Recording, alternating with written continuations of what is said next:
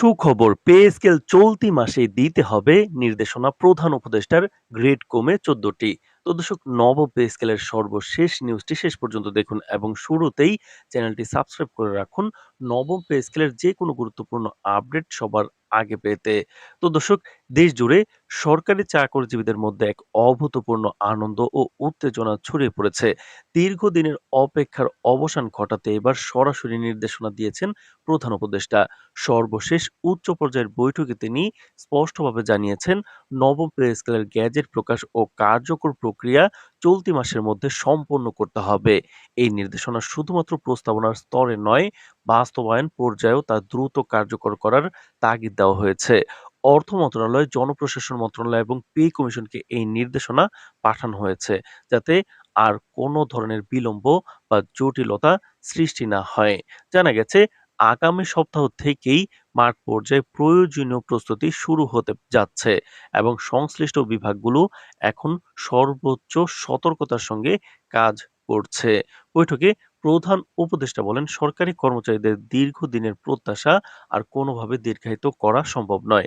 দেশের প্রশাসনিক চাকা সচল রাখতে এবং সরকারি কর্মচারীদের প্রাপ্য সুবিধা দ্রুত নিশ্চিত করতে হবে। তিনি আরো বলেন, অর্থনৈতিক বাস্তবতা বিবেচনা করলেও আমরা চাই এই মাসেই নতুন পে স্কেল কার্যকর হোক। এটি শুধু সরকারি কর্মচারীদের জন্য নয়, দেশের প্রশাসনিক ব্যবস্থার স্থিতিশীলতার জন্য অপরিহার্য। এই ঘোষণার পর সচিবালয়ে এক ধরনের তৎপরতা দেখা দিয়েছে, যেখানে সংশ্লিষ্ট মন্ত্রণালয়গুলোকে দ্রুত খসড়া ও প্রজ্ঞাপন প্রস্তুতির নির্দেশ দেওয়া হয়েছে। নবম পে স্কেলের কাঠামো একটি বড় পরিবর্তনও আসছে। তো দর্শক, ভিডিওটির এই মুহূর্ত পর্যন্ত যারা দেখছেন, আমাদের নতুন চ্যানেলটি সাবস্ক্রাইব করে রাখুন পরবর্তীতে নবম পে স্কেলের যে কোনো গুরুত্বপূর্ণ আপডেট সমূহ সবার আগে পেতে। তো দর্শক, যেটা বলছিলাম, পরিবর্তন আসছে সেটা হচ্ছে, আগের কাঠামোয় যেখানে ২০টি গ্রেড ছিল, তা এবার কমিয়ে আনা হচ্ছে ১৪টিতে। বিশেষজ্ঞরা মনে করছেন, এতে পদোন্নতি কাঠামো সহজ হবে, জ্যেষ্ঠতা এবং বেতন ব্যবধান হ্রাস পাবে। বহু বছর ধরে প্রশাসনিক জটিলতা ও গ্রেডের ফারাক নিয়ে অসন্তোষ ছিল বিভিন্ন স্তরের কর্মকর্তা ও কর্মচারীদের মধ্যে। নতুন কাঠামোতে কর্মকর্তাদের পাশাপাশি নিম্ন ও মধ্য পর্যায়ের কর্মচারীরাও তুলনামূলকভাবে বেশি সুবিধা পাবেন। এতে কর্মচারীদের মধ্যে স্বচ্ছতা ও ন্যায্যতার অনুভূতি বৃদ্ধি পাবে, যা কর্মদক্ষতা ও মনোবলকে আরো জোরদার করবে। অর্থ মন্ত্রণালয়ের একজন সিনিয়র কর্মকর্তা জানিয়েছেন, গ্রেড সংখ্যা কমিয়ে মানে বেতন কাঠামোকে আরো সংহত করা। এতে সব কর্মচারী উপকৃত হবেন এবং প্রশাসনিক জটিলতাও কমে যাবে। তিনি আরো বলেন, প্রধান উপদেষ্টার নির্দেশে অনুযায়ী নভেম্বর মাসেই সব প্রক্রিয়া শেষ করার চেষ্টা চলছে। সময়সূচি খুবই চ্যালেঞ্জিং, তবে সংশ্লিষ্ট সকল বিভাগ এখন কাজের মধ্যে ব্যস্ত। সরকারি কর্মচারী সংগঠনগুলো এই নির্দেশনা ঘিরে উচ্ছ্বাস প্রকাশ করেছে।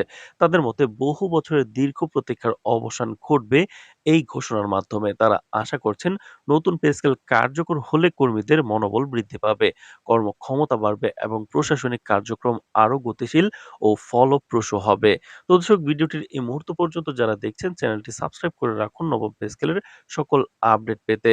তো দর্শক, অন্যদিকে অর্থ বিশেষজ্ঞরা বলছেন, নতুন কাঠামো বাস্তবায়নে সরকারের উপর সাময়িকভাবে অর্থনৈতিক চাপ বাড়বে, তবে দীর্ঘমেয়াদে এটি দেশের অর্থনীতির জন্য ইতিবাচক প্রভাব ফেলবে। কারণ সরকারি কর্মচারীদের আয়ের বৃদ্ধি অভ্যন্তরীণ বাজারে ক্রয় ক্ষমতা বাড়াবে, যা দেশের উৎপাদন ও সেবা খাতকে আরো প্রাণবন্ত করবে। পাশাপাশি দেশের অর্থনৈতিক চাকা সচল থাকবে এবং ভোগপণ্যের চাহিদা বৃদ্ধি পাবে, যা বাজারে স্থিতিশীলতা রাখবে। সব মিলিয়ে এখন বাংলাদেশের সরকারি কর্মচারীদের মধ্যে এক ধরনের স্বস্তির হাওয়া বইছে। সবাই এখন চূড়ান্ত গ্যাজেট প্রকাশের জন্য অপেক্ষা করছে। প্রধান উপদেষ্টার এই নির্দেশনা কার্যকর হলে নভেম্বর মাসই হতে যাচ্ছে দেশের সরকারি চাকরিজীবীদের জন্য নতুন অধ্যায়ের সূচনা। এই সিদ্ধান্ত শুধু তাদের অর্থনৈতিক অবস্থাকে উন্নত করবে না, বরং দেশের প্রশাসনিক ব্যবস্থার স্থিতিশীলতা ও দক্ষতাকেও আরো মজবুত করবে।